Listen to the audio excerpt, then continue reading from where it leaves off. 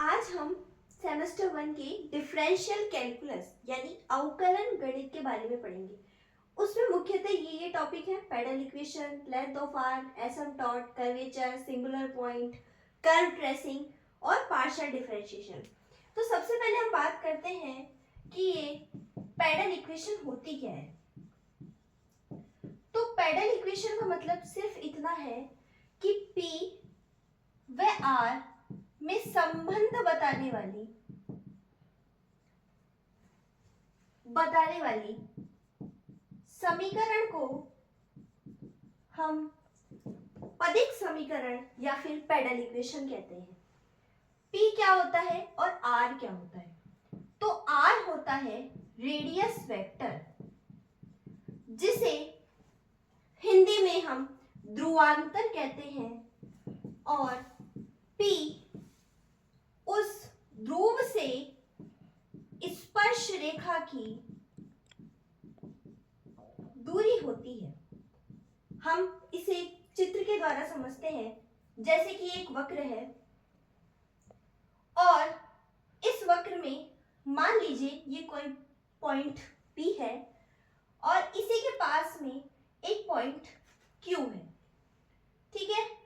और हम इस पर कोई मान लीजिए स्पर्श रेखा खींच देते हैं और इस तरीके से हमने इसका एक मान लीजिए ये बिंदु O है जो कि इसका पोल है, और यहाँ पर ये थीटा एंगल बन रहा है और इस थीटा एंगल को ही ध्रुवांतर और स्पर्श रेखा के मध्य का कोण कहा जाता है, यानी इसका नाम ध्रुवांतर कोण है।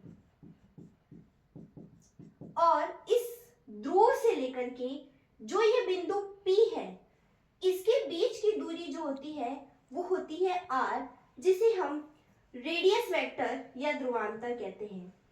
अब जो ये बिंदु Q लिया है, ये इस R के पास में बिल्कुल नजदीक में स्थित बिंदु है, इसलिए इसके लिए जो ये रेडियस वेक्टर होगा ये R प्लस डेल R, अर्थात थोड़ी दूरी और जोड़ दी जाए इसमें तो ये बन जाता है। तो फिर इसका जो एंगल होगा वो डेल थीटा होगा, ठीक है। और जब हम इस P के इस पॉइंट को आगे बढ़ा दें तो मान लीजिए मैंने इसको नाम दे दिया L। इस Q को जब मैंने पीछे बढ़ाया तो ये कुछ इस प्रकार से हो गया, और जो ये वाली लाइन है जिसे मैंने M कह दिया, ये इस पर स्पर्श रेखा है, यानी स्पर्श रेखा का इस x अक्ष के साथ में जो बना हुआ कोण है वो साई कहलाता है, और स्पर्श रेखा और ध्रुवांतर रेखा के बीच बना जो कोण है वो फाई कहलाता है। और थीटा कोण ध्रुवांतर कोण होता है जो ध्रुव के कारण बना है, और जो R है वो रेडियस वेक्टर होता है, और जो ये थीटा होता है ये थीटा बराबर tan inverse y upon x होता है। तो इतनी बात आपको समझ में आई होगी। अब हम बात करते हैं कि ध्रुवांतर रेखा और स्पर्श रेखा के मध्य का कोण अगर हमसे पूछा जाए, इससे रिलेटेड हमसे बहुत सारे क्वेश्चन पूछे जाते हैं। ध्रुवांतर व स्पर्श रेखा के मध्य का कोण, तो ये होता है tan फाई बराबर r dr upon d theta. तो tan फाई बराबर होता है r dr upon d theta. r जो है वो ध्रुवांतर रेखा है, dr अपॉन d थीटा उसका अवकलन है। तो ध्रुवांतर और स्पर्श रेखा के मध्य के कोण का फॉर्मूला ये होता है। अब अगर हमें कोई सा भी दे दिया जाए, जैसे मान लीजिए r बराबर दे दिया a cos थीटा, ठीक है। तो अब इसका हम dr d थीटा निकाल लेंगे। अगर हमसे बोले ध्रुवांतर और स्पर्श रेखा के मध्य का कोण बताइए, और क्वेश्चन में हमें दिया जाए कि r बराबर a cos थीटा है, तो आपको tan फाई बताना है, तो आप कैसे बताएंगे? तो dr अपॉन d थीटा निकाल लेंगे, तो माइनस a साइन थीटा हो जाएगा, और tan फाई बराबर माइनस a साइन थीटा, इस तरीके से हम इसको लिख देंगे। और फाई बराबर निकालना चाहें तो इधर भेज देंगे tan inverse a sine theta. इस तरीके से हम इसको करेंगे। अब हम कुछ और टॉपिक के बारे में बात करते हैं पैरेलल इक्वेशन के अंदर। तो इसमें आता है कुछ टॉपिक जैसे कि ध्रुवीय स्पर्शी, ध्रुवीय अधस्पर्शी और आता है ध्रुवीय अभिलंब और ध्रुवीय अधोलंब। इसे कहते हैं ध्रुवीय स्पर्शी, ध्रुवीय अधस्पर्शी, ध्रुवीय अभिलंब और ध्रुवीय अधोलंब। ये सब क्या होते हैं? तो जैसे ये हमने एक वक्र बनाया, ये एक वक्र है, इसी के ऊपर एक बिंदु P है। जैसे हमने पहले एक स्पर्श रेखा बनाई थी, सेम वैसी बना ली और वही एक ओरिजिन यानी पोल ले लिया और इस पोल से ये डिस्टेंस बना ली। मान लीजिए कोई एंगल, ये थीटा है, ठीक है। अब अभिलंब का मतलब तो हम जानते ही हैं कि इस P पर इस प्रकार का यूं लंब है। तो मैंने मान लिया कि ये एंड पर आया और ये इधर भी इधर लंब है, तो इधर भी 90 डिग्री और इधर भी 90 डिग्री का एंगल बन गया। और यहाँ पर जो एंगल है उसे मैंने फाई मान लिया, ठीक है। उसी प्रकार से नीचे मैंने एक पॉइंट ले लिया, मान लीजिए यहाँ पे एक टी पॉइंट है और अब यहाँ पर एंगल मैंने फाई मान लिया, ठीक है। अब ध्रुवीय स्पर्शी का क्या मतलब है कि जो इस ध्रुव पर स्पर्श रेखा के रूप में है, तो जो ध्रुवीय स्पर्शी है, इस चित्र के माध्यम से अगर देखें तो ध्रुवीय स्पर्शी जो है वो है PT।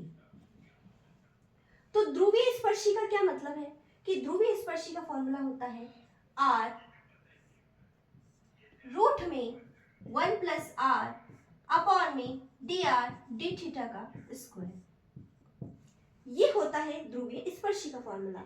उसी के बाद में बात करें ध्रुवीय अधस्पर्शी क्या है। तो जो ये OT है ये क्या कहलाता है? ध्रुवीय अधस्पर्शी। अगर ध्रुवीय स्पर्शी पूछा जाए तो ये PT ध्रुवीय स्पर्शी है और ध्रुवीय अधस्पर्शी पूछा जाए तो जो ये OT है ये ध्रुवीय अधस्पर्शी कहलाता है। तो ध्रुवीय अधस्पर्शी का फॉर्मूला क्या होता है? R स्क्वायर अपॉन में dr अपॉन d थीटा। उसके बाद में ध्रुवीय अभिलंब पूछ लिया जाए तो इसका फॉर्मूला कैसे याद करेंगे? तो जैसे ये फॉर्मूला है वैसे ही इसको बनाना है, R और 1 प्लस, यहाँ क्या करना है आपको 1 अपॉन R कर देना है और ये dr d थीटा का होल स्क्वायर। ये फॉर्मूला होता है ध्रुवीय अभिलंब का। इसी तरह से ध्रुवीय अधोलंब, इसका क्या फॉर्मूला होता है? तो ये होता है dr अपॉन d थीटा। अगर आपने ये फॉर्मूले याद कर लिए तो कई सारे क्वेश्चंस हैं जो आप कर सकते हैं। इसके बाद में बात करते हैं जो एग्जाम में बहुत बार पूछा भी जा चुका है, जैसे कि साइन थीटा और फाई में क्या संबंध है। तो इनमें संबंध ये होता है, साइन क्या है मैंने भी बताया था कि x अक्ष के साथ स्पर्श रेखा जो कोण बनाती है वो साई कहलाता है। थीटा क्या होता है? थीटा होता है ध्रुवांतर कोण। और फाई क्या होता है कि स्पर्श रेखा और ध्रुवांतर रेखा के मध्य का जो कोण होता है वो फाई है। जैसे इससे रिलेटेड एक क्वेश्चन है कि tan फाई बराबर x dy upon dx minus y x plus y dy upon dx, ये आपको प्रूफ करना है। तो ये प्रूफ हम कैसे करेंगे? तो देखिए, हम जानते हैं कि साई बराबर थीटा प्लस फाई होता है, ठीक है। तो हम क्या कर सकते हैं, हम tan फाई, अगर हम फाई की वैल्यू निकालें अगर यहाँ से, तो हम कैसे निकालेंगे कि साई माइनस थीटा, ये हम वैल्यू निकाल लेंगे। दोनों तरफ अगर हम tan ले लेंगे तो ये tan फाई और tan साई माइनस थीटा। हम 12 में पढ़ चुके हैं कि tan थीटा बराबर क्या होता है। तो tan थीटा बराबर होता है कि भैया tan x minus tan y और 1 plus tan x tan y। वही चीज हम यहाँ पर लगाएंगे तो यहाँ क्या हो जाएगा कि tan फाई और यहाँ पे हम लिख देंगे ten Sai minus tan theta और 1 plus ten Sai tan theta. अब हम जानते हैं, जैसे कि हम पढ़ते भी थे ढाल रूप में, m बराबर टेन थीटा होता है और टेन थीटा अगर यहाँ पर थीटा की जगह साई है तो अगर हम यहाँ साई लिख देंगे तो इसका मान कितना होता है dy अपॉन dx। और टेन थीटा अभी हमने थोड़ी देर पहले ही पढ़ा था कि टेन थीटा बराबर y अपॉन x होता है। ये वैल्यू अगर हम यहाँ पुट कर देंगे तो टेन फाई बराबर हम dy अपॉन dx लिख देंगे और टेन थीटा की जगह हम क्या लिख देंगे माइनस y अपॉन x, साथ में 1 प्लस dy अपॉन dx और ये y अपॉन x। अगर हम x का एलसीएम ले लें तो ये x dy upon dx minus y और x plus dy upon dx, तो ये हमारा प्रूफ हो गया। ये अजमेर बीएससी और y, तो ये अजमेर बीएससी और काफी यूनिवर्सिटी में पूछा हुआ भी क्वेश्चन है। अब हम बात करते हैं कि ध्रुवीय वक्रों के लिए पदिक समीकरण और कार्तीय वक्रों के लिए पदिक समीकरण। तो ध्रुवीय वक्रों के लिए पदिक समीकरण क्या होती है कि 1 अपॉन पी स्क्वायर बराबर 1 upon r square plus 1 upon r की पावर 4 और d r upon d theta का होल स्क्वायर।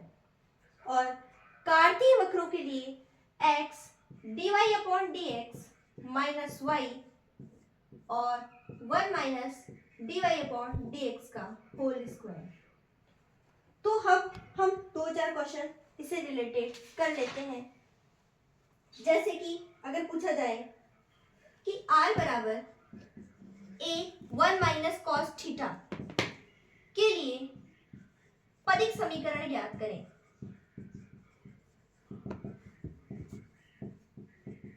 तो r बराबर a 1 माइनस कॉस थीटा ये एक ध्रुवीय वक्र है, इसलिए अब हम क्या करेंगे, हम dr अपॉन डी थीटा निकालेंगे। तो a और थीटा के रेस्पेक्ट में करना है तो कॉस थीटा की ऑलरेडी माइनस है, तो हम ये माइनस को बाहर ले लें अगर, तो कॉस थीटा का होता है अवकलन माइनस साइन थीटा। तो हम इसे कैसे लिख सकते हैं, माइनस माइनस हो गया प्लस, तो ये हो गया a साइन थीटा। अब हम जानते हैं फॉर्मूला ये होता है पदिक समीकरण का, तो हम लिखते हैं 1 अपॉन पी स्क्वायर बराबर 1 upon r square plus 1 upon r 4 और d r upon d theta की जगह हम क्या लिख सकते हैं a साइन थीटा का स्क्वायर। ठीक है, तो अब हम क्या करेंगे, ये 1 अपॉन आर स्क्वायर है, ये 1, अब मैं यहाँ से a स्क्वायर बाहर निकाल लूं और ये r4 और ये क्या हो जाता है साइन स्क्वायर थीटा। और मैं साइन स्क्वायर थीटा को हम 12th में पढ़ चुके हैं, sine square theta plus cos square theta बराबर 1। अगर मैं यहाँ से साइन स्क्वायर थीटा का मान निकालना चाहूँ तो 1 माइनस कोस स्क्वायर थीटा मैं यहाँ लिख सकती हूँ, तो ये हो जाएगा 1 upon r square a square r4 1 minus cos square theta. अब अगर क्वेश्चन में देखें और हम cos थीटा की वैल्यू निकालें तो क्या निकलेगा कि r अपॉन a और इधर है 1 minus cos theta. cos theta की वैल्यू निकालनी है तो ये इधर माइनस में है, हम इधर ले आएंगे तो ये प्लस में बदल जाएगा, तो ये हो जाएगा 1 माइनस r अपॉन a।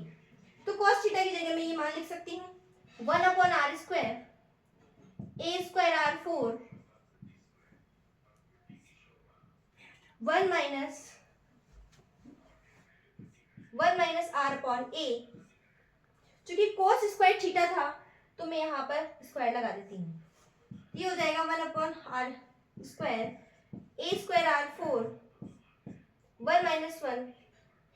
चूंकि होल स्क्वायर है तो अब मैं क्या करूंगी, होल स्क्वायर को मैं खोल लूंगी, तो यहाँ पे क्या आ जाएगा 1 plus r square a square minus 2r upon में a। तो 1 upon r square a square r4 1 से 1 कैंसिल हो गया, आर स्क्वायर ए स्क्वायर चूंकि माइनस आ जाएगा और यहाँ पे आ जाएगा 2r अपॉन में a। इससे अगर मैं इसको मल्टीप्लाई करूं a स्क्वायर r4, तो यहाँ पे क्या आ जाएगा माइनस आर स्क्वायर अपॉन में a स्क्वायर, और इससे मैं अगर इसको मल्टीप्लाई करूं तो a स्क्वायर r4 और ये 2r अपॉन में a। अब मैं अगर इसको आगे सॉल्व करूं तो क्या होगा 1 upon r square a square, या देखिए यह r4 है, यहाँ r स्क्वायर है, तो पहले तो मैं माइनस बाहर ले लेती हूँ, तो नीचे आ जाएगा आर स्क्वायर, और ये ऊपर ए स्क्वायर और ए स्क्वायर था तो ये कैंसिल आउट हो गए, तो मैं यहाँ सीधा लिख देती हूँ कि ये बचेगा। उसके बाद में प्लस आएगा, उधर देखिए आप नीचे r4 है ऊपर r है, तो नीचे क्या हो जाएगा r³ रहेगा, और ऊपर 2 ऐसे का ऐसा a स्क्वायर और a, तो यहाँ पे बच जाएगा a। ठीक है, ये दोनों कैंसिल आउट हो गए, तो हमारे पास अब क्या बचा 2a अपॉन में r³। अब हमें तो इसे पैरेलल इक्वेशन में बदलना है, तो अभी हम पढ़ चुके हैं कि 1 अपॉन पी स्क्वायर की फॉर्म में ये चल रहा था, तो ये 2a अपॉन में r³। अब मैं अगर इसे क्रॉस मल्टीप्लाई कर दूं तो r³ ऊपर आ जाएगा और नीचे 2ap स्क्वायर आ जाएगा।